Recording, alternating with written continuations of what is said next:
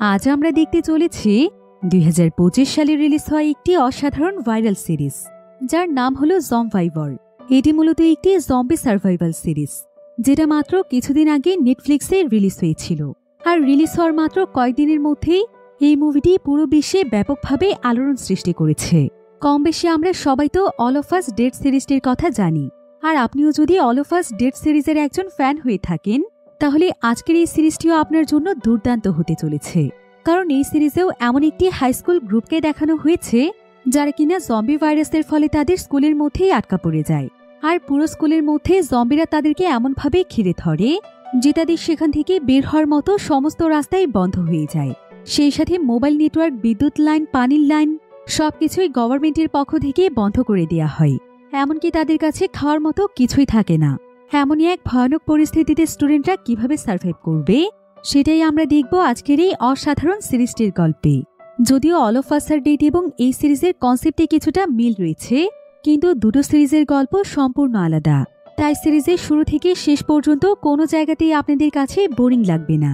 তাহলে চলুন ঘুরে আসা যাক নেটফ্লিক্সে ভাইরাল হওয়া দুর্দান্ত এক জম্বি সিরিজের গল্প থেকে।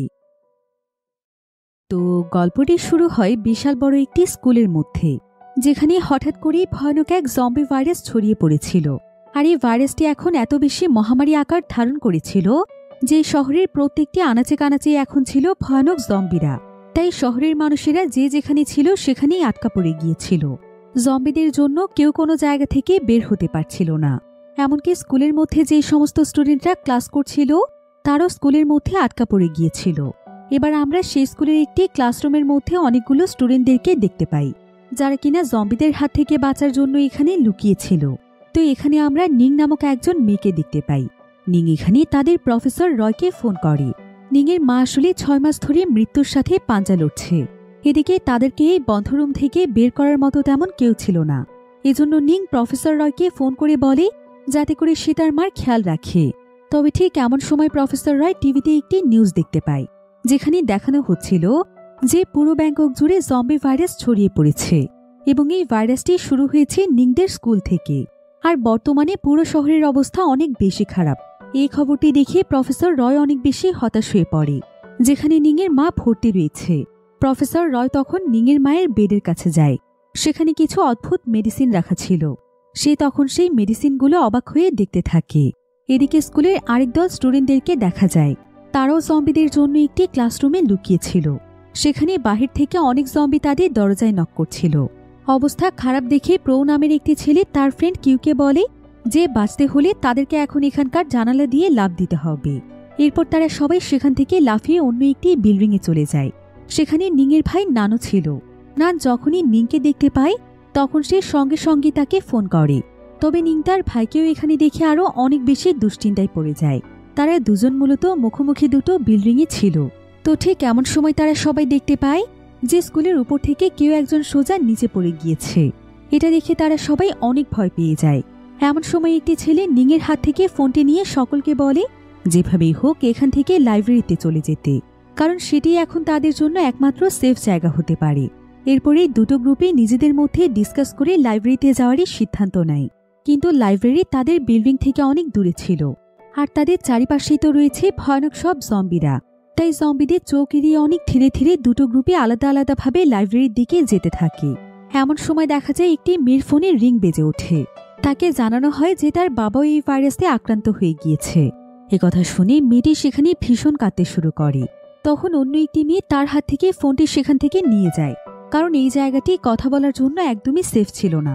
এমন সময় হঠাৎ করে তারা বুঝতে পারে যে তাদের আশেপাশে অনেকগুলো জম্বি চলে এসেছে। এদিকে কিন নামের একটি ছেলে সবাইকে একটি স্পিকার দেখিয়ে বলে এটা যদি তারা একটি নির্দিষ্ট জায়গাতে রেখে অন করে দেয় এবং এটার মধ্যে তারা মিউজিক প্লে করে দেয়, তাহলে জম্বিরা আকৃষ্ট হয়ে সেদিকেই যেতে থাকবে। আর সেই সুযোগে তারা লাইব্রেরির দিকে চলে যেতে পারবে। এখানে প্রত্যেকের কাছেই আইডিয়াটি বেশ পছন্দ হয়, কিন্তু কেউই দূরে স্পিকারটি সেট করতে যাওয়ার মতো সাহস পাচ্ছিল না।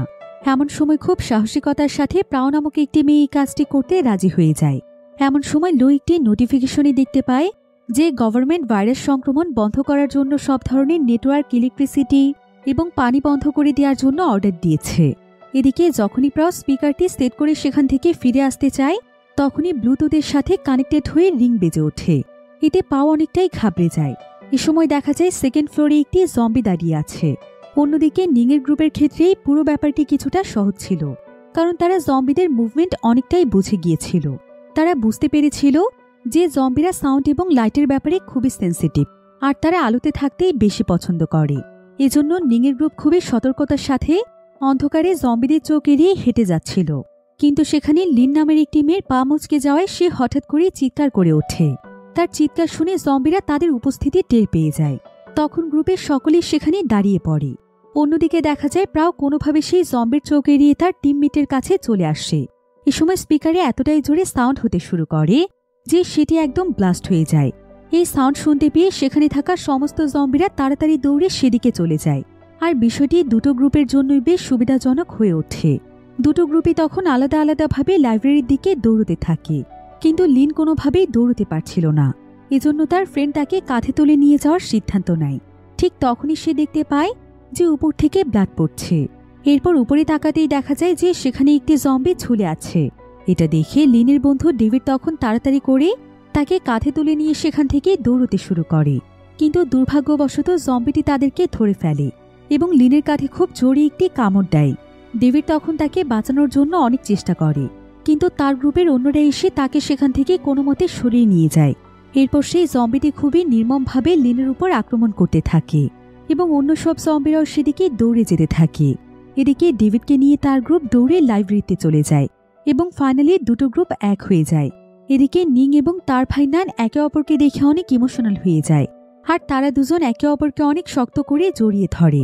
আসলে তারা দুজনই দুজনকে হারিয়ে ফেলার ভয় পাচ্ছিল। এরপর তারা সবাই মিলে এখানে আর দেরি না করে লাইব্রেরিতে থাকা জিনিসপত্র দিয়ে একটি গেট তৈরি করে ফেলে, যেন জম্বিরা সেখানে কোনোভাবেই প্রবেশ করতে না পারে। এমন সময় ফোন নামের একটি মেয়ে দেখতে পায় যে তার ফোনে একদমই নেটওয়ার্ক পাচ্ছিল না। এমন সময় লি ফুকে জানায় যে গভর্নমেন্টের পক্ষ থেকে ইলেকট্রিসিটি, মোবাইল নেটওয়ার্ক, এমনকি পানির লাইন পর্যন্ত বন্ধ করে দেওয়ার ঘোষণা দেওয়া হয়েছে। হয়তো সে কারণেই মোবাইলে নেটওয়ার্ক পাচ্ছে না। এসব নিয়ে তারা সবাই অনেক দুশ্চিন্তায় পড়ে যায়। এমন সময় সিমিন নামের একজন মেয়ে সকলকে বলে যে এই জায়গা থেকে যেভাবেই হোক তাদেরকে দ্রুত বের হতে হবে। এখানে দেরি না করে এক্ষুনি তাদের বের হওয়া উচিত। কিন্তু অন্য কেউ এতে রাজি হয় না, কারণ বাহিরের পরিস্থিতি এর চাইতেও অনেক বেশি ভয়ঙ্কর। এমন সময় একটি ছেলে রেডিওতে শুনতে পায় যে রাত 8টার মধ্যে তাদের স্কুলের ইলেকট্রিসিটি বন্ধ করে দেওয়া হবে এবং মিলিটারিরা হেলিকপ্টার দিয়ে সার্ভাইভার্সদেরকে রেস্কিউ করবে। তারা এখানে আরও জানতে পারে যে তাদের এই হাইস্কুলই মূলত জম্বি ভাইরাসের মেইন উৎস। এসব কিছু জানতে পেরে তাদের মধ্যে একজন বলে যে এখান থেকে বের হওয়ার জন্য তাদেরকে একটি অ্যানাউন্সমেন্ট করতে হবে, যাতে করে বাইরে যদি কোনো রেস্কিউ টিম থাকে তারা তাদের আওয়াজ শুনতে পেয়ে তাদেরকে সাহায্য করতে এখানে আসে। কিন্তু আবার বেশ কয়েকজন এতে রাজি হয় না, কারণ তাদের ডাউট হচ্ছিল যে যদি এই অ্যানাউন্সমেন্টের আওয়াজ শুনে জম্বিরা তাদের দিকে অ্যাটাক করতে আসে, তো এই বিষয়টি নিয়ে তাদের মধ্যে ঝগড়া শুরু হয়ে যায়। এমন সময় নিং কারো পরোয়া না করে সোজা ব্রডকাস্ট রুমে চলে যায় এবং সেখানে গিয়ে তাদের আটকে থাকার বিষয়টি অ্যানাউন্সমেন্ট করে ফেলে। এমনকি সে সকলকে উদ্দেশ্য করে বলে, যদি স্কুলের আনাচে কানাচে কোথাও কোনো সার্ভাইভার্স থেকে থাকো তাহলে যেভাবেই হোক তোমরা লাইব্রেরিতে জড়ো হও, কারণ এটাই এখন সবার জন্য সবচাইতে সুরক্ষিত জায়গা। নিংয়ের এই ভয়েস স্কুলের প্রত্যেকটি কর্নারেই শুনতে পাওয়া যায়। তার পাশে দাঁড়িয়ে সান নামের একটি ছেলে অনেকবার তাকে থামানোর চেষ্টা করে, কিন্তু সে তার কোনো কথাই শুনছিল না। এমন সময় হঠাৎ করে সমস্ত ইলেকট্রিসিটি বন্ধ হয়ে যায়। জম্বিরা পাগলের মতো ছুটোছুটি করে লাইট খুঁজতে থাকে, কারণ এরা ছিল এমন এক ধরনের জম্বি যার কিনা অন্ধকারে ভালোভাবে সার্ভাইভ করতে পারে না। এমন সময় আমরা নাতাশা নামক একটি মেয়েকে দেখতে পাই, যার রক্তাক্ত দেহ মাঠের মধ্যে পড়ে আছে। তবে হঠাৎ করে সে তার চোখ খুলে ফেলে। তার চোখ দুটো খুব ভয়ঙ্কর রকমের সাদা হয়ে গিয়েছিল। এরপর সেও এখন একটি জম্বিতে পরিণত হয়ে গিয়েছিল। এরপর সেও তখন অন্য জম্বিদের সঙ্গে হাঁটতে শুরু করে। এদিকে লাইব্রেরিতে ফা নামের একটি মেয়ে তার বাবাকে বারবার ফোন দিচ্ছিল, কিন্তু নেটওয়ার্কের সমস্যার কারণে সে কোনোভাবেই তার বাবার সাথে যোগাযোগ করতে পারছিল না। এজন্য সে অনেক বেশি দুশ্চিন্তায় পড়ে যায়।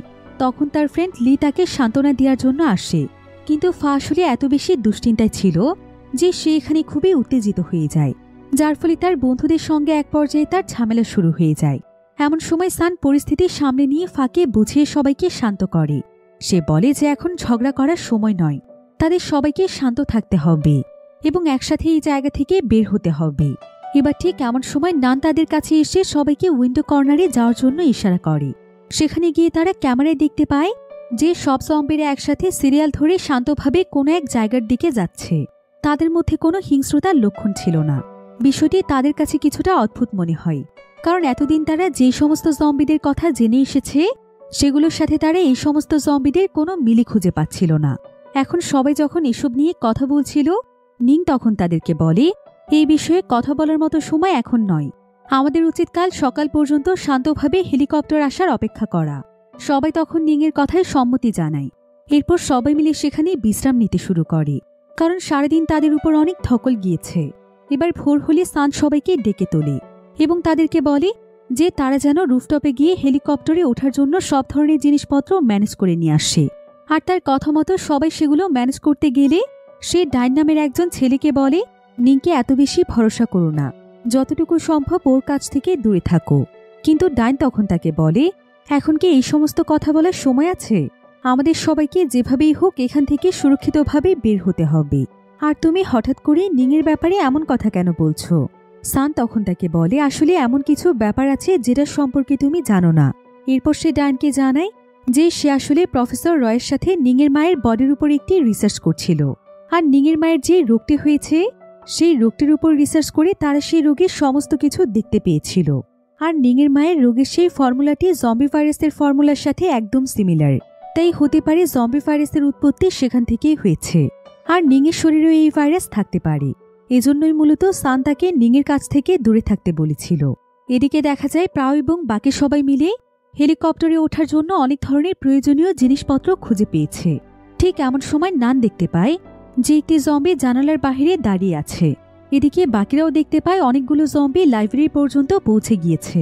এমনকি জম্বিদের কাছে আইডি কার্ড পর্যন্ত ছিল, কারণ এরা সবাই ছিল স্কুলের স্টুডেন্ট। এটা দেখে সকলেই আরও অনেক বেশি চিন্তিত হয়ে যায়, কারণ ইলেকট্রিক গেটে এই আইডি কার্ড শো করেই তারা ইজিলি সেখানে প্রবেশ করতে পারবে। এমন সময় দেখা যায় যে লায়া নামের একজন মেয়ে জানালা দিয়ে লাফিয়ে নামার চেষ্টা করছিল, কিন্তু ঠিক তখনই ফায়ার ফোনে অ্যালার্ম রিং বেজে ওঠে এবং সব জম্বিদের ফোকাস সেই লাইব্রেরির দিকে চলে যায়। লায়া যখন জানালা দিয়ে নামছিল তখন সে দেখতে পায় ঠিক তার পেছনে একটি জম্বি খুব ভয়ঙ্করভাবে তার দিকে তাকিয়ে আছে। এদিকে ফায়ার ফোনের মধ্যে অ্যালার্ম রিং বেজেই চলছিল, কিন্তু ফা চাইলেও ফোনটি ফেলে দিতে পারছিল না, কারণ সে জানে যে এই সময় ফোন কতটা গুরুত্বপূর্ণ ছিল।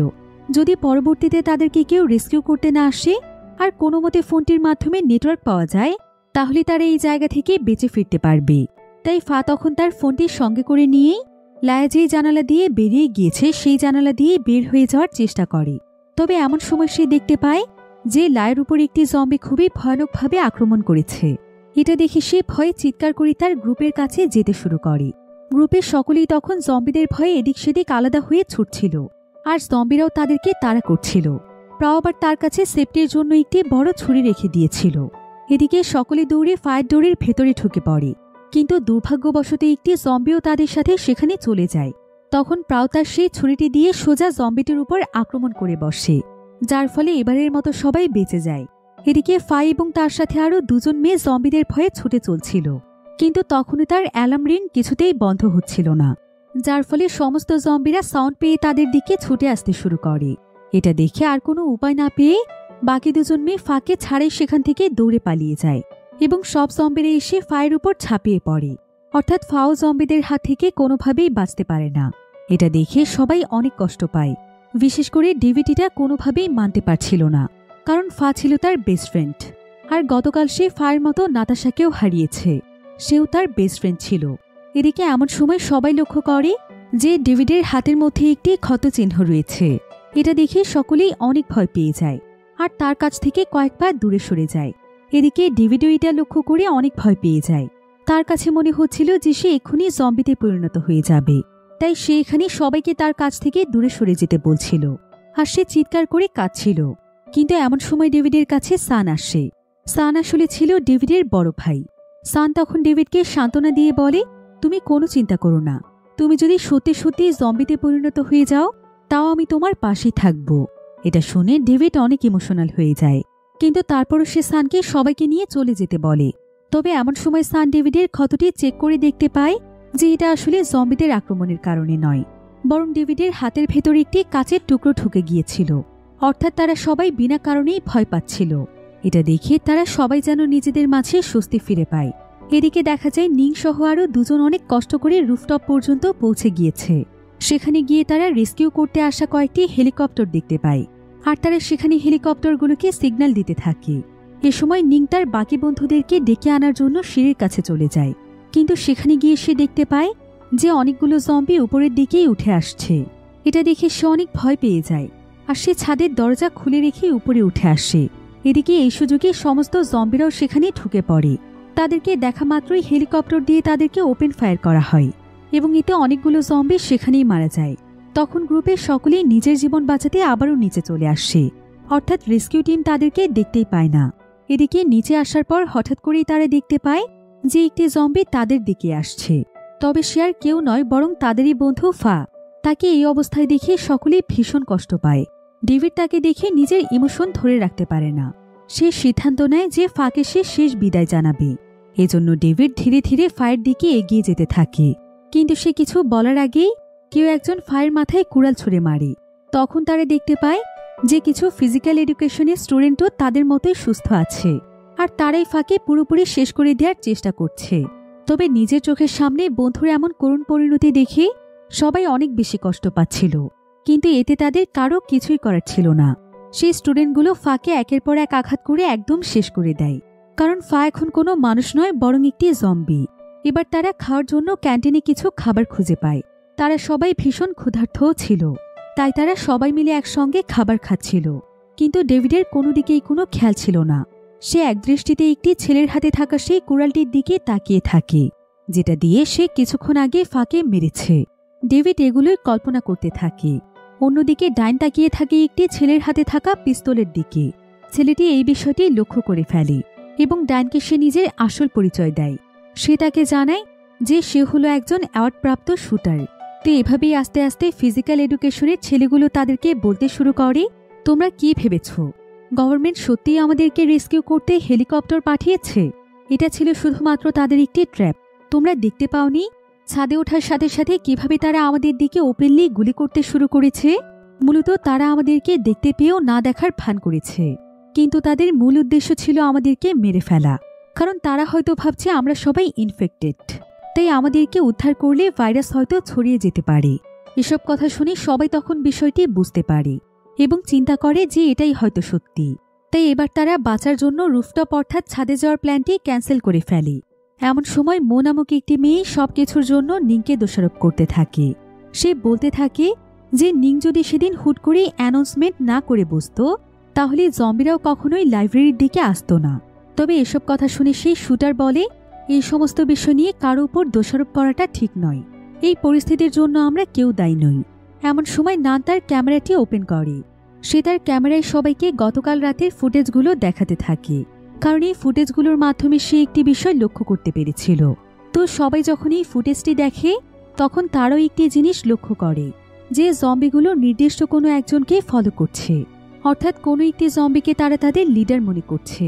এটা দেখে তারা সবাই ভাবতে থাকে যে যদি তারা এই জম্বিদের লিডারকে খুঁজে বের করে মেরে ফেলতে পারে, তাহলে হয়তো বাকি জম্বিগুলোর হাত থেকেও তারা বাঁচতে পারবে।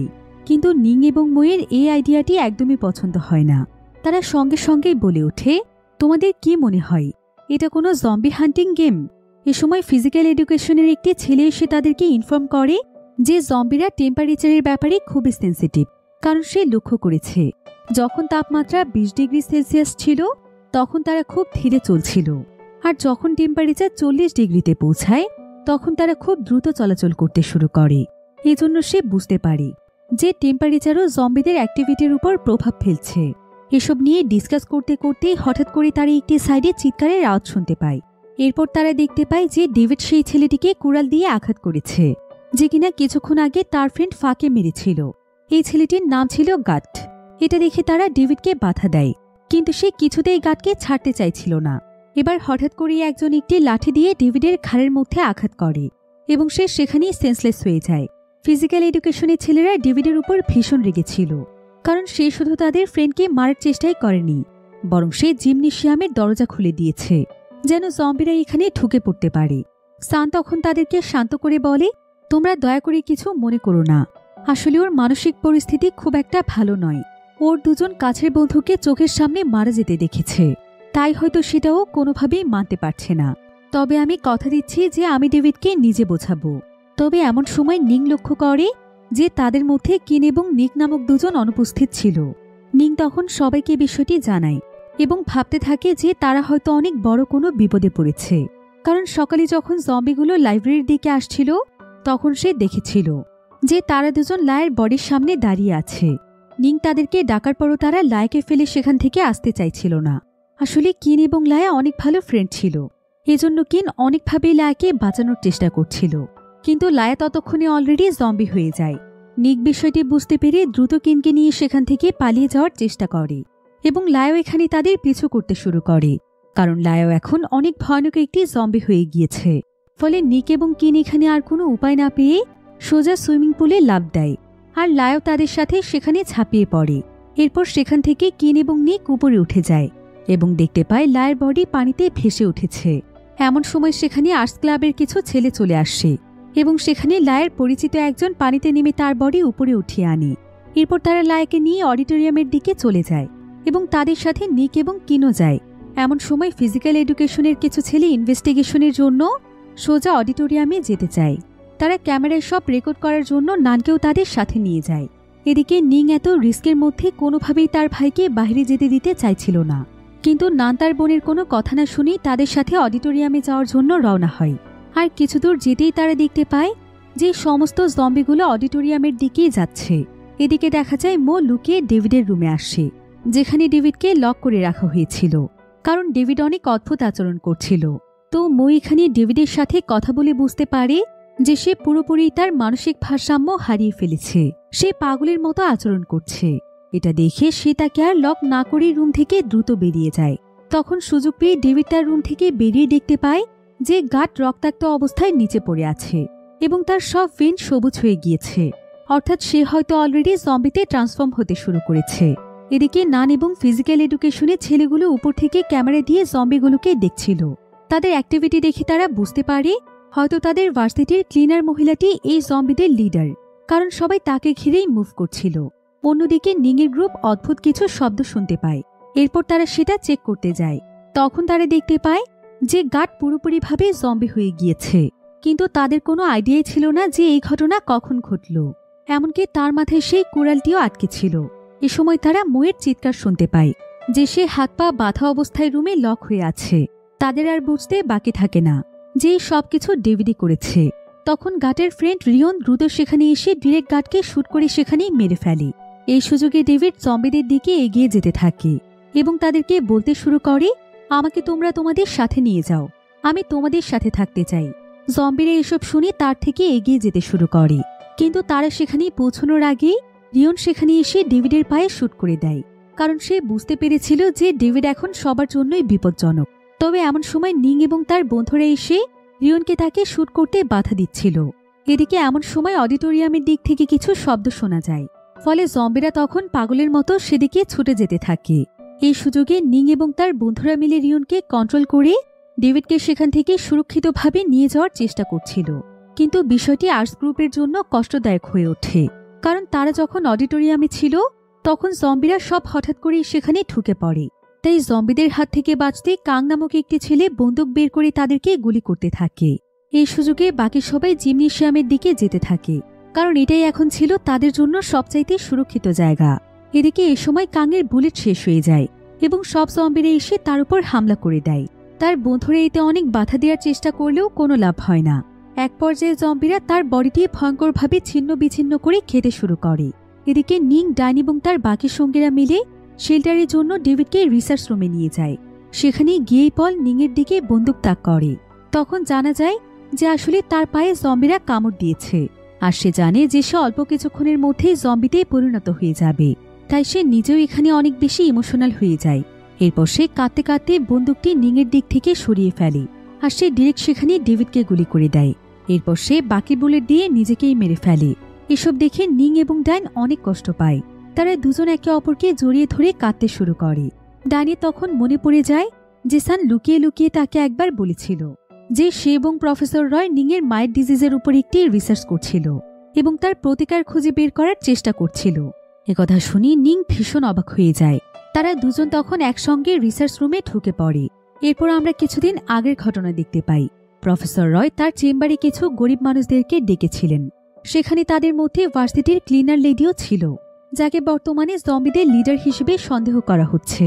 প্রফেসর রয় মূলত এমন একটি মেডিসিন ক্রিয়েট করতে চাচ্ছিলেন যা মানুষের প্রত্যেকটি ডিজিজের জন্য কার্যকর হবে। আর এই মেডিসিনের প্রোটিন সে কালেক্ট করেছিল জেলিফিশের বডি থেকে। নিংয়ের মায়ের এই অদ্ভুত ডিজিজের জন্য সে কিওর হিসেবে এটাকে ইউজ করতে চাইছিল। মেডিসিনটি তৈরি করার জন্য সে দিনরাত না ঘুমিয়ে গবেষণা চালিয়ে যায়। তবে মেডিসিনটি সত্যি কার্যকর হবে কিনা সেটির এক্সপেরিমেন্ট করার জন্য তার হিউম্যান বডির প্রয়োজন ছিল। এজন্য এক্সপেরিমেন্টাল বডি হিসেবে সে টাকার বিনিময়ে গরিব মানুষদের উপর এই মেডিসিনটি অ্যাপ্লাই করছিল। আর সর্বপ্রথম তিনি ক্লিনার লেডির উপরে এটাকে অ্যাপ্লাই করে। মহিলাটিকে যখন প্রফেসর রয় এই প্রপোজাল দেয় তখন সে খুশি মনে রাজি হয়ে যায়, কারণ তার ছেলে আসলে ড্রাগ অ্যাডিক্টেড ছিল। তাই তার ছেলে তাকে টাকার জন্য সবসময় প্রেশার ক্রিয়েট করত। তো সেই মেডিসিনটি অ্যাপ্লাই করার কিছুদিন পরেই দেখা যায় যে তার শরীর থেকে ঘামের পরিবর্তে পিচ্ছিল কোনো পদার্থ বের হতে শুরু করে। সে দিন দিন অসুস্থ হয়ে যেতে থাকে। এমনকি একদিন ভার্সিটিতে হঠাৎ নিংয়ের সাথে তার দেখা হয়ে গেলে সে নিজেও বুঝতে পেরেছিল ক্লিনার লেডির শরীর বেশি একটা ভালো নেই, কিন্তু সে আসল কাহিনী তখনও বুঝে উঠতে পারেনি। নর্মাল অসুস্থতা মনে করে সে তাকে হসপিটালে যেতে বলে। তবে ক্লিনার লেডির শরীর ক্রমে দুর্বল হতে থাকে। এরপর সে প্রফেসর রয়ের কাছে গেলে তিনি তাকে কিছুদিন মেডিসিন অ্যাপ্লাই না করার পরামর্শ দেন, কিন্তু এতে মহিলাটি রাজি হয় না, কারণ তার ড্রাগ অ্যাডিক্টেড ছেলে তাকে টাকার জন্য টর্চার করছিল। আর সে মেডিসিন নিলেই তো টাকা পাচ্ছে। তো মহিলাটির কথা শুনে প্রফেসর রয় তখন তাকে আরেক ডোজ মেডিসিন দেয়। এবার মহিলাটি সেখান থেকে যাওয়ার পর প্রফেসর রয় তার রিপোর্ট চেক করে খুবই অবাক হয়ে যায়।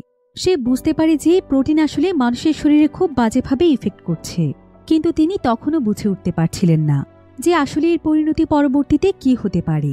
কিছুদিন পর ক্লিনার লেডির শরীর থেকে অনবরত পিচ্ছিল পদার্থ বের হতে থাকে এবং তার সমস্ত ভেন গ্রিন কালার হয়ে যায়। দিন দিন সে ভীষণ আক্রমণাত্মক হয়ে উঠছিল। এরপর দেখতে দেখতে সে পরিণত হয়ে গিয়েছিল ভয়ানক এক জম্বিতে।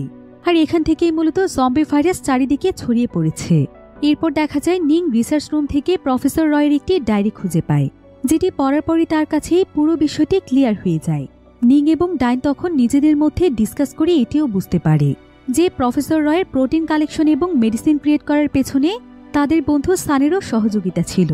আর এসব কারণে নিং যখন কিছুদিন আগে প্রফেসর রয়কে রিসার্চে হেল্প করার জন্য প্রপোজাল দিয়েছিল তখন সে সরাসরি তাকে রিজেক্ট করে দিয়েছিল। কিন্তু তখন তার কোনো আইডিয়াই ছিল না যে প্রফেসর রয় জেলিফিশ নিয়ে এত ভয়ঙ্কর রিসার্চ করছে। এরপর ডাইন সেখানে একটি ইউএসবি পোর্টাল খুঁজে পায়। সেখানে কি আছে তা চেক করার জন্য তারা দুজন কম্পিউটার রুমে যেতে থাকে, কিন্তু হঠাৎই তারা দেখতে পায় যে গ্লাসের বাহিরে পল দাঁড়িয়ে তাদের দিকে তাকিয়ে আছে। ততক্ষণে সে পুরোপুরি জম্বি হয়ে গিয়েছিল। তাকে দেখে নিং এবং ডাইন দুজনেই টেবিলের আড়ালে লুকিয়ে পড়ে। এ সময় তাদের মনে পড়ে যায় যে তাদের একজন বন্ধু মারা যাওয়ার আগে তার কাছে একটি পিস্তল ছিল। তারা সিদ্ধান্ত নেয় যে পিস্তলটি দিয়ে তারা পলকে শুট করবে। ডাইন তখন গ্লাসের কাছে গিয়ে পলের অ্যাটেনশন অন্যদিকে নেওয়ার ট্রাই করছিল। আর এই সুযোগে নিং বাহির থেকে পিস্তলটি নিয়ে আসার জন্য যায়, কিন্তু সেটা নেওয়ার সময় পল তাকে দেখে ফেলে এবং এক পর্যায়ে তাকে কোনো মতে শুট করে দেয়। এরপর তারা দুজন সেখানে পাওয়া ইউএসবি পোর্টালটি নিয়ে সোজা চলে যায়। এটি মূলত ছিল একটি পেন ড্রাইভ। তারা পেন ড্রাইভটি নিয়ে সোজা চলে আসে কম্পিউটার রুমে। তারা কেউই আসল সত্যটা জানার জন্য এখানে আর অপেক্ষা করতে পারছিল না।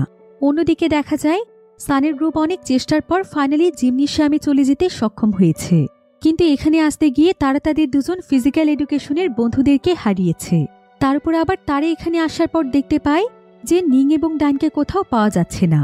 এসব কিছুর জন্য সান তখন মোকে ব্লেম করতে থাকে, কারণ মো যদি ডেভিডকে আনলক না করত তাহলে হয়তো এসব কিছুই হতো না। এমনকি মো নিজেও নিজেকে দোষারোপ করছিল। এরপর তারা সবাই একসাথে ক্যামেরায় জম্বিদের অ্যাক্টিভিটিগুলো খেয়াল করছিল। সবকিছু ভালোভাবে লক্ষ্য করে তারা বুঝতে পারে যে কোনো জম্বি অন্য কোনো সুস্থ মানুষকে অ্যাটাক করে জম্বিতে ট্রান্সফার করে ফেলার পর তাদের দুজনের মধ্যে খুব ক্লোজ একটা রিলেশনশিপ ক্রিয়েট হয়ে যায়। ভিডিও ফুটেজগুলো খুব ভালো করে দেখে তারা একদম শিওর হয়ে যায়, কারণ সে সর্বপ্রথম জম্বি ভাইরাসে ইনফেক্টেড হয়েছিল। কিন্তু সে জম্বিতে কিভাবে কনভার্ট হয়েছে এটা তো সান এবং তার গ্রুপের কেউই জানে না। তবে এমন সময় তাদের মনে পড়ে যায় তিনি আসলে মেইনলি সায়েন্স বিল্ডিং এর ক্লিনিং এর দায়িত্বে ছিল। তখন তারা বিষয়টি কিছুটা আন্দাজ করতে পারে। মো তখন তাদেরকে সাজেশন দেয় যে যদি কোনোভাবে ক্লিনার লেডিকে মেরে ফেলা যায় তাহলে হয়তো বাকি জম্বিদেরকে নিয়ন্ত্রণ করা সহজ হতে পারে। কিন্তু অন্যরা এই বিষয়টির সাথে একমত নয়, কারণ এতে অন্য জম্বিগুলো আরও বেশি ক্ষেপে গিয়ে তাদেরকে অ্যাটাক করতে পারে। এরপর তারা সবাই চিন্তা করতে থাকে যে যদি কোনোভাবে ক্লিনার লেডিকে ইমোশনালভাবে কন্ট্রোল করা যায় তাহলে অন্যরাও হয়তো তাদের কন্ট্রোলে চলে আসবে। আর তারও একটি গুরুত্বপূর্ণ বিষয় লক্ষ্য করে যে জম্বিরা নর্মাল থাকা অবস্থায় প্রতিদিন যা করত জম্বি হয়ে যাওয়ার পরও সেটি ধরে রেখেছে। ক্লিনার লেডি এখনও প্রতিদিন সকালে সায়েন্স বিল্ডিংয়ে যায় ক্লিন করার জন্য, আর এটি তাদের জন্য সেই লেডি ক্লিনারকে ক্যাপচার করার দুর্দান্ত একটি সুযোগ। এখন এই বিষয়গুলো নিয়ে সবাই একমত ছিল। তারা নিজেদের মধ্যে ডিসকাস করছিল যে কে এই বিষয়ে লিড করবে, কে অন্যান্য জম্বিগুলোর অ্যাটেনশন ব্রেক করার ট্রাই করবে, আর বাকি সবার মধ্যে কে কী দায়িত্ব পালন করবে। এরপর অন্যদিকে আমরা কম্পিউটার ল্যাব দেখতে পাই। নিং এবং ড্যান সেখানে ভিডিও দেখছিল। তারা সেখানে প্রফেসর রয়ের একটি স্পিচ খুঁজে পায় যে অনেক বছর আগে প্রফেসর রয় এবং নিংয়ের মা একই সায়েন্স ল্যাবে রিসার্চ করত।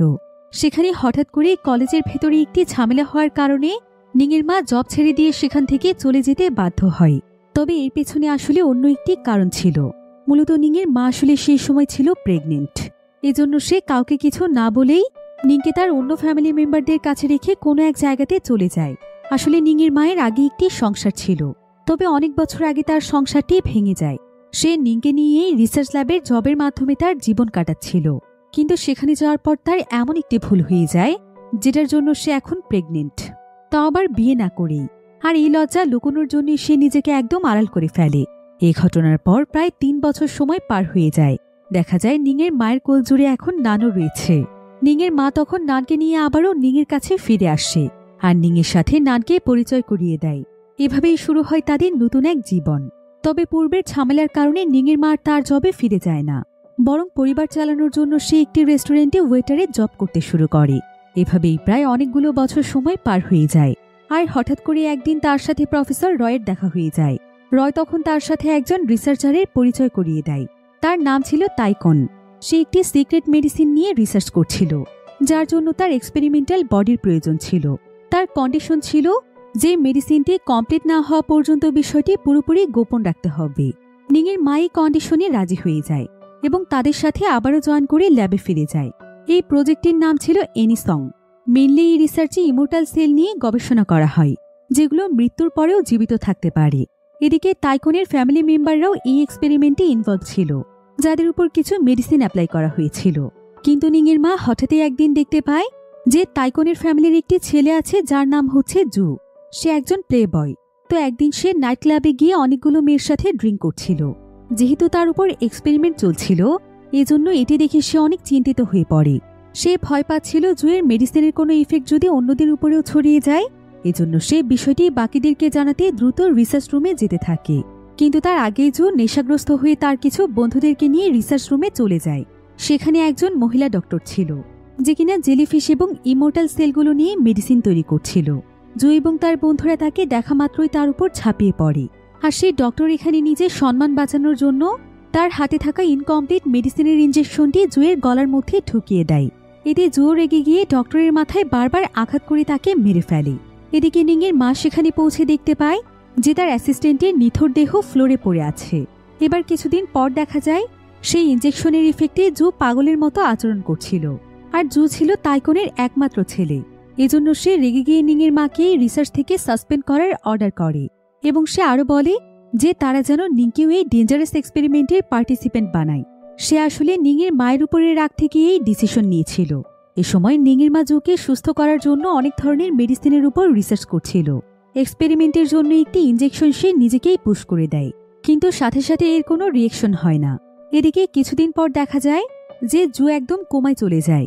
এতে তাইকন নিংয়ের মায়ের উপর আরও বেশি রেগে যায় এবং সে সঙ্গে সঙ্গে নিংকে এক্সপেরিমেন্টে জয়েন করার জন্য বলে। এবার একদিন সন্ধ্যায় নিংয়ের মা এবং প্রফেসর রয় কথা বলছিল। নিংয়ের মা তখন অলরেডি অসুস্থ হতে শুরু করেছিল। আর এখানে জানা যায় যে নিংয়ের ভাই নান আসলে প্রফেসর রয় এবং তার মায়ের ছেলে। আসলে অনেক বছর আগে তারা একটি রিলেশনশিপে ছিল। তারা একে অপরকে খুবই ভালোবাসত, আর এজন্যই মূলত তখন তাদের অফিসে ঝামেলা ছিল। কিন্তু কেউ তখন জানত না যে তিনি প্রেগনেন্ট। আর তাদের ভালোবাসার সম্পর্কটি মূলত এই কারণেই পূর্ণতা পায়নি, কারণ প্রফেসর রয়ের একটি পরিবার রয়েছে। তবে প্রফেসর রয় জানত না যে নান আসলে তারই ছেলে। আর আজকে যখন সে এটা জানতে পারে, তখন সে অনেক বেশি ইমোশনাল হয়ে যায়। তবে সে এখানে টাইকনের বিরুদ্ধে কোনো কথাই বলে না, কিন্তু সে সিক্রেটলি এই এক্সপেরিমেন্ট ইস্যুতে নিংকে অ্যাভয়েড করতে থাকে, কারণ সে কিছুতেই চাইছিল না যে এর কোনো প্রভাব নিংয়ের উপরে পড়ুক। এমনকি সে এখন জেলিফিশ থেকে এমন একটি মেডিসিন তৈরি করার চেষ্টা করছে যা নিংয়ের মায়ের অসুখ পুরোপুরি সারিয়ে তুলতে পারবে। আর এই পুরো বিষয়টি নিংয়ের কাছে ক্লিয়ার করার জন্য তখন প্রফেসর রয় একটি ভিডিও তৈরি করে রেখেছিল, যার ফলে বর্তমানে নিংয়ের কাছে সবকিছু একদম পরিষ্কার হয়ে যায়। তবে এসব কিছু দেখে নিং অনেক হতাশ হয়ে যায়, আর সে রাগ করে কম্পিউটার স্ক্রিন বন্ধ করে দিয়ে সেখান থেকে মেডিসিন রুমে চলে যায়। সেখানে গিয়ে সে দেখতে পায় যে সেখানে কিছু সিরাম আলাদা করে রাখা আছে। সে মনে করে যে এটি তার মায়ের চিকিৎসার জন্য রাখা হয়েছে। এখন তার যে করেই হোক এই সিরামগুলো তার সঙ্গে নিয়ে যেতেই হবে। অন্যদিকে দেখা যায় যে সানের গ্রুপ অলরেডি তাদের প্ল্যান মতো কাজ শুরু করে দিয়েছে। তারা মূলত জম্বি লিডারকে ক্যাপচার করার ট্রাই করছিল। তারা সবাই সায়েন্স ল্যাবে গিয়ে ক্লিনার লেডির জন্য অপেক্ষা করছিল। এবার একজন যখনই দেখতে পায় যে ক্লিনার লেডি সময় মতো ল্যাবে ঢুকে পড়েছে, তখন সে একটি রঙিন কাপড় দেখিয়ে সবাইকে সিগন্যাল দিতে শুরু করে। সবাই তখন তাদের হাতে যা কিছু ছিল সবকিছু নিয়ে খুব সতর্কতার সাথে এগিয়ে যায়। আর তারা মনে মনে চিন্তা করতে থাকে যে যেভাবেই হোক অন্য জম্বিগুলো এখানে চলে আসার আগে ক্লিনার লেডিকে তাদের ক্যাপচার করতে হবে। এবার আমরা কিছুদিন আগের ঘটনা দেখতে পাই, যখন প্রচণ্ড গরমে সেই হাইস্কুলের সিকিউরিটি হঠাৎ করে অজ্ঞান হয়ে গিয়েছিল। আর একই সময় সেদিন ক্লিনার লেডিও অজ্ঞান হয়ে যায়। সে যখন অজ্ঞান হয়ে পড়েছিল তার চারপাশটা তখন রক্ত দিয়ে ভরে গিয়েছিল। আবার দেখা যায় যেসব স্টুডেন্টের উপর মেডিসিনগুলো অ্যাপ্লাই করা হয়েছিল তারা সকলেই সেদিন অসুস্থ হয়ে পড়ে। মূলত তাদের সবার উপরেই এক্সপেরিমেন্ট করা হয়েছিল। আর সে একই দিনে একে একে সকলেই জম্বিতে পরিণত হয়ে যে যার মতো করে এদিক ওদিক ছড়িয়ে পড়তে শুরু করে। এবার আমরা বর্তমান সময়ের ঘটনা দেখতে পাই। সানের গ্রুপের সকলেই সেই ক্লিনার লেডির কাছ থেকে কিছুটা দূরে দাঁড়িয়ে ছুরি, কাঁচি, হক স্টিক অর্থাৎ যে যা কিছু পেয়েছিল সবকিছু নিয়েই তৈরি ছিল, যাতে করে তাকে তারা জীবিত ক্যাপচার করতে পারে। তবে ঠিক এমন সময় সেখানে ডাইন এবং নিং চলে আসে। ক্লিনার লেডিকে এরকম ভয়ঙ্কর অবস্থায় দেখে তারা দুজনেই দাঁড়িয়ে পড়ে। নিংয়ের তখন একটি কথা মনে পড়ে যায় যে সে যখন লাস্ট টাইমে লেডিকে দেখেছিল তখন তিনি ঠিক এখানে এভাবে দাঁড়িয়েছিল। নিং খুব ভয়ে ভয়ে তাকে পেছন থেকে ডাক দেয়। তার ডাক শুনে ক্লিয়ার লেডি পেছনে ঘুরে তাকায়। নিং তখন তাকে প্রশ্ন করে, তোমার সাথে আমার লাস্ট টাইম এখানেই দেখা হয়েছিল, তুমি কি আমাকে চিনতে পারছো? কিন্তু সে তার এই প্রশ্নের কোনো উত্তর দেয় না, শুধু ভয়ঙ্কর চোখ দিয়ে তাদের দিকে তাকিয়ে থাকে। এদিকে সানের গ্রুপের সবাই তখন ভাবছিল কোনোভাবেই এই ক্লিনারের মনোযোগ অন্যদিকে নেওয়া যাবে না, যেভাবেই হোক তাকে এদিকে নিয়ে আসতে হবে, তাছাড়া তারা তাকে ক্যাপচার করতে পারবে না। তো ক্লিনার লেডির মনোযোগ তাদের দিকে নেওয়ার জন্য নান সেখানে সাউন্ড করতে শুরু করে, যেন এই সাউন্ড শুনে লেডি ক্লিনার তার দিকে এগিয়ে যায়। এদিকে দেখা যায় সেই লেডি ক্লিনার তাকে অ্যাটাক করার জন্য তার দিকে যেতে থাকে, কারণ শব্দের প্রতি সে আকৃষ্ট হচ্ছিল। কিন্তু নিং এখানে নিজের ভাইকে বাঁচানোর জন্য এক মুহূর্তও দেরি না করে লেডি ক্লিনারের পেছনে দৌড়তে শুরু করে। তবে এমন সময় মো তাকে আটকে ফেলে। প্ল্যান মোতাবেক সান সেই লেডি ক্লিনারকে ধরে ফেলে। এরপর সবাই মিলে তাকে একটি রুমে নিয়ে যায় এবং তার মুখ একটি কালো কাপড় দিয়ে আটকে ফেলে। যদিও বিষয়টি বেশ জটিল ছিল, তারপরও সবকিছুই তাদের প্ল্যান মতোই হচ্ছিল এবং তার কাছে থাকা বন্দুক দিয়ে লেডি ক্লিনারের মাথায় গুলি করে তাকে মেরে ফেলে। এতে সকলেই তার উপর ভীষণ রেগে যায়, কারণ তারা সারা রাত ধরে যা প্ল্যান করেছে সেই সব প্ল্যান সাকসেস হতে গিয়েও ডাইনের জন্য পুরোপুরি নষ্ট হয়ে গিয়েছে। তবে ডাইন এবং নিং তো এই প্ল্যানের ব্যাপারে কিছুই জানত না, এজন্য তারা এখানে কিছুই বুঝে উঠতে পারছিল না। এমন সময় দেখা যায় যে বাকি জম্বিগুলো একে একে তাদের ওয়ার্ক প্লেসে যেতে শুরু করে, যার ফলে তারা কেউ বুঝতে পারছিল না যে এখন তারা কি করবে। অন্যদিকে দেখা যায় যে প্রফেসর রয় হসপিটালে নিংয়ের মায়ের বেডের পাশে বসে আছে, আর সে একদৃষ্টিতে তার দিকে তাকিয়ে আছে। তারা আসলে দুজন দুজনকে ভীষণ ভালোবাসত, তাই সে চায় যে যে করেই হোক তার ভালোবাসার মানুষটি সুস্থ হয়ে উঠুক।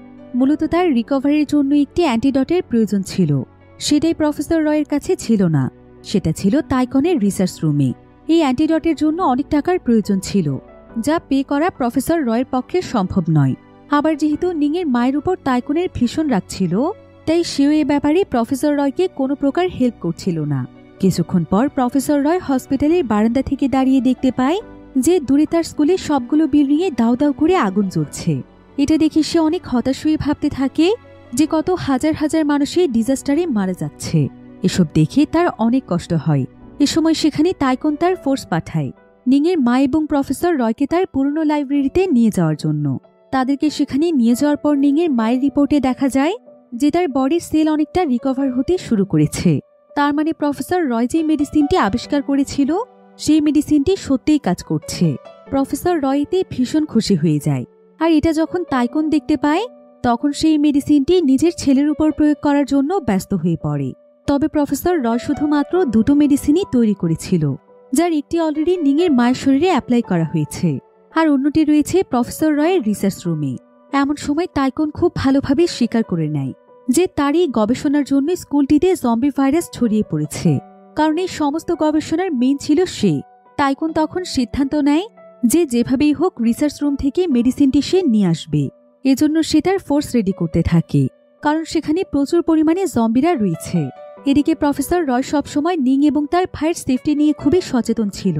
এজন্য সে এখানে তাইকুনকে অনেক রিকোয়েস্ট করে যে তারা যেন যেভাবেই হোক নিং এবং নানকেও সেখান থেকে উদ্ধার করে নিয়ে আসে।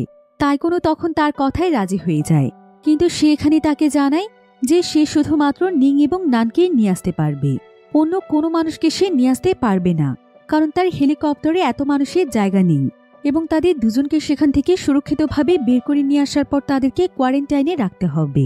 প্রফেসর রয় তখন তার কথায় রাজি হয়ে যায় এবং সে নিজেও এখানে তাইকুনের সঙ্গে হেলিকপ্টারে উঠে পড়ে নিং এবং নানকে বাঁচিয়ে নিয়ে আসার জন্য। এদিকে সমস্ত স্টুডেন্টরা তখনই চিন্তা করছিল যে তারা কিভাবে এই জম্বিগুলোর হাত থেকে মুক্ত হতে পারবে। তবে এমন সময় দেখা যায় যে জম্বিগুলোর ক্লাস টাইম শুরু হয়ে যায়, আর যেহেতু এই জম্বিগুলো তাদের প্রতিদিনের রুটিন মোতাবেক চলত তাই তারা নিজেদের মতো করে তাদের ওয়ার্ক প্লেসে ফিরছিল। এমন সময় একজন জম্বি স্টুডেন্ট সেখানকার দরজায় বারবার নক করতে থাকে। সবাই তখন অনেক দুশ্চিন্তায় পড়ে যায়, কারণ জম্বিটি যেভাবে নক করছিল তাতে যে কোনো সময় দরজাটি খুলে যেতে পারে। তারা কিছুতেই বুঝতে পারছিল না যে এখন তারা কি করবে। তবে হঠাৎ করেই মোয়ের মাথায় একটি আইডিয়া আসে। সে এখানে সবাইকে বলে, যেহেতু আমরা জম্বিদের লিডারকে মেরে ফেলেছি, তাই এখন যদি কোনোভাবে ঠিক তার মতোই একজন সেকেন্ড জেনারেশন জম্বি আমরা ক্রিয়েট করতে পারি তাহলে হয়তো বিষয়টি কিছুটা আমাদের নিয়ন্ত্রণে চলে আসবে।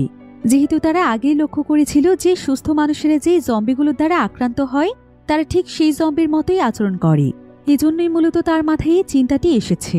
কিন্তু তার এই কথার মানে সকলে ঠিক বুঝে উঠতে পারছিল না। তবে নিং ঠিকই বুঝে গিয়েছিল যে মৌ আসলে কি বোঝাতে চাইছে। সবকিছু বুঝতে পেরে সে সিদ্ধান্ত নেয় যে সবাইকে বাঁচানোর জন্য সে নিজেই তার লাইফ স্যাক্রিফাইস করবে। এজন্য সে আর কোনো কথা না বাড়িয়ে একটি ইনজেকশন নিয়ে ক্লিনার লেডির পড়ে থাকা বডির কাছে চলে যায় এবং তার শরীরে ইনজেকশন পুশ করে সেখান থেকে ব্লাড নিয়ে নেয়, যেন সে এটা এখন নিজের শরীরে অ্যাপ্লাই করে জম্বি হয়ে যেতে পারে। তবে সবাই তাকে এই কাজটি করতে মানা করছিল, কিন্তু সে কারো কথাই শুনতে চাইছিল না। মূলত সে আসলে তার ভাইকে ভীষণ ভালোবাসত, তাই সে সবকিছু করতেই প্রস্তুত ছিল। তবে ইনজেকশন পুশ করার আগে সে তার ভাই নানকে প্রফেসর রয়ের পেন ড্রাইভটি দিয়ে বলে, আমি হয়তো আর কখনো সুস্থ জীবনে ফিরে যেতে পারবো না, কিন্তু আমাকে কথা দাও তুমি কোনোভাবেই এই লড়াই থেকে গিভ আপ করবে না। একথা বলে সে যখনই নিজের বডিতে ইনজেকশন পুশ করতে যায় তখন ডাইনেশনিং এর ভাইয়ের মাথায় বন্দুকটি ধরে বলে, তুমি যদি এই কাজটি করো তবে আমি এখনই তোমার ভাইকে গুলি করব। কিন্তু নিং এটা খুব ভালোভাবেই জানত যে যা কিছুই হয়ে যাক ডাইন কখনোই তার ভাইকে মারবে না। এজন্য সে কোনো কথা না শুনে ইনজেকশনটি পুশ করতে যায়। ঠিক তখনই তার ভাই নান কৌশলী ইনজেকশনটি তার হাত থেকে ফেলে দেয়। এমন সময় শব্দ পেয়ে কিছু জম্বি সেদিকে দৌড়ে আসে। তাদেরকে দেখে ডাইন ফায়ার করতে শুরু করে। এই ফায়ারের সাউন্ডে সবগুলো জম্বি তাদের রুমের দিকে দৌড়ে আসতে থাকে। এসব দেখে তখন সমস্ত স্টুডেন্টরা দৌড়তে শুরু করে। তারা নিচে নামার সময় দেখে যে জম্বিগুলো সব উপরে উঠে আসছে।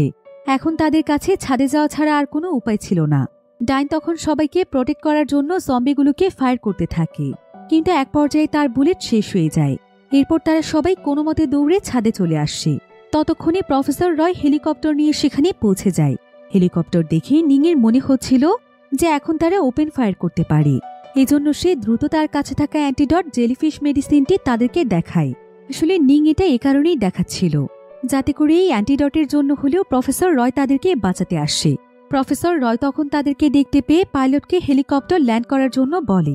এ সময় নিং সহ আরো কিছু মেয়ে দৌড়ে হেলিকপ্টারের দিকে যেতে থাকে, কিন্তু হেলিকপ্টার শুধু নিংকেই সেখান থেকে সেভ করে তুলে নেয় এবং এখানে জানানো হয় যে নিংই শুধুমাত্র তাদের সাথে যেতে পারবে। এটা শুনে মো ভীষণ রেগে যায় এবং ডিরেক্টলি সেখানে অভিশাপ দিতে থাকে। নিংয়ের কাছেও বিষয়টি ভালো লাগছিল না, কিন্তু তার কিছুই করার ছিল না। সে এখানে জোরে জোরে তার ভাইকে ডাকতে শুরু করে এবং পাইলটকে বারবার অনুরোধ করতে থাকে যাতে করে পাইলট সবাইকে বাঁচিয়ে নেয়। তবে পাইলট এখানে অ্যানাউন্সমেন্ট করে বলে যে নান যেন হেলিকপ্টারে উঠে আসে। এদিকে সান এবং তার সঙ্গীরা ছাদের দরজার কাছে জম্বিদের সঙ্গে লড়াই করছিল। তবে সবাই এতক্ষণে বুঝতে পেরেছিল যে কোনো এক কারণে নিং এবং নানকে এখানে বাঁচানোর জন্য হেলিকপ্টার এসেছে। তাই নিংয়ের বন্ধুরা বারবার নিংকে সেখান থেকে চলে যেতে বলছিল এবং বলছিল তাদের কোনো কথা চিন্তা না করার জন্য।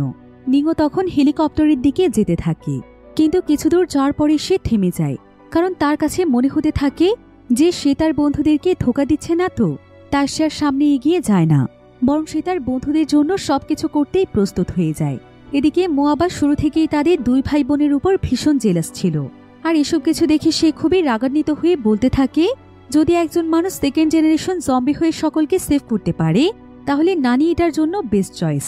নান তখন তার কথার কোনো প্রতিবাদ না করে একদৃষ্টিতে শুধু তার দিকে তাকিয়ে থাকে। এদিকে মো এখানে প্রচণ্ড রেগে গিয়ে তার হাতে থাকা সেই ক্লিনার লেডির ব্লাড সেলের ইঞ্জেকশনটি নানের ঘাড়ে পুশ করে দেয়, কারণ প্রফেসর রয় যেহেতু শুধু তাদের দুই ভাই বোনকেই বাঁচাতে এসেছে তাই সে প্রচণ্ড রকমের জেলাস ফিল করছিল। এদিকে এসব দেখে নিং তার ভাইয়ের জন্য প্রচণ্ড কাঁদতে শুরু করে, আর সে নান নান বলে চিৎকার করতে থাকে। পাইলটে এসব কিছু দেখে আর কোনো উপায় না পেয়ে নিংকে নিয়ে দ্রুত সেখান থেকে চলে যায়। এদিকে ইঞ্জেকশন পুশ করার সাথে সাথেই নান সেন্সলেস হয়ে পড়ে, তবে সেও এখানে জম্বি ভাইরাসে ইনফেক্টেড হয়ে যায়। এদিকে দেখা যায় সান এবং তার বন্ধুরা দরজার কাছে যেই জম্বিদেরকে আটকানোর চেষ্টা করছিল তারা ফাইনালি সেই দরজাটিকে বন্ধ করতে পেরেছে। অনেক মজবুত একটি শিকল দিয়ে তারা দরজাটিকে আটকে দিয়েছে, যেটা জম্বিরা কোনোভাবেই ভাঙতে পারবে না। এই ঘটনার পর প্রায় 1 মাস সময় পার হয়ে যায়। এখানে আমরা নিংয়ের মায়ের কেবিন দেখতে পাই, যেখানে একজন ডক্টর এখানকার ইনচার্জকে এসে জানায় যে জেলিফিশ অ্যান্টিডটটি নিংয়ের মা এবং জুয়ের উপর অ্যাপ্লাই করা হয়েছে। যদিও তারা দুজন খুব শীঘ্রই রিকভার হতে শুরু করেছে, তবে এখনও তাদের জ্ঞান ফিরে আসেনি। আশা করা যায় খুব শীঘ্রই তারা সুস্থ হয়ে উঠবে। তো তারা যখন সেই কেবিনে এই সমস্ত ব্যাপারে কথা বলছিল তখন হঠাৎ করেই দেখা যায় নিংয়ের মায়ের জ্ঞান ফিরে আসে।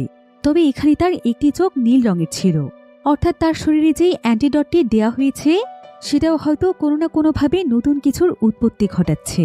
অন্যদিকে আমরা হাই স্কুলের দৃশ্য দেখতে পাই, যেখানে নান এখন পুরোপুরিভাবে একটি জম্বিতে পরিণত হয়ে গিয়েছে। আর যেহেতু তার শরীরে লেডি ক্লিনারের ব্লাড সেল ইনজেক্ট করা হয়েছিল তাই সমস্ত জম্বিরা এখন তাকে লিডার ভাবছিল, যার ফলে সমস্ত জম্বিরা তাকে ঘিরে দাঁড়িয়েছিল। আর এখানে আমরা বুঝতে পারি যে শেষ পর্যন্ত যারা যারা সার্ভাইভ করতে পেরেছিল তারা সবাই নানকে এভাবে বেঁধে রেখে জম্বিগুলোকে এদিকেই আটকে রেখেছে এবং সেই সুযোগে তারা এখান থেকে বের হতে সক্ষম হয়েছে। আর এমনই একটি থ্রিলিং এন্ডিংয়ের মাধ্যমে গল্পটি এখানেই শেষ হয়ে যায়।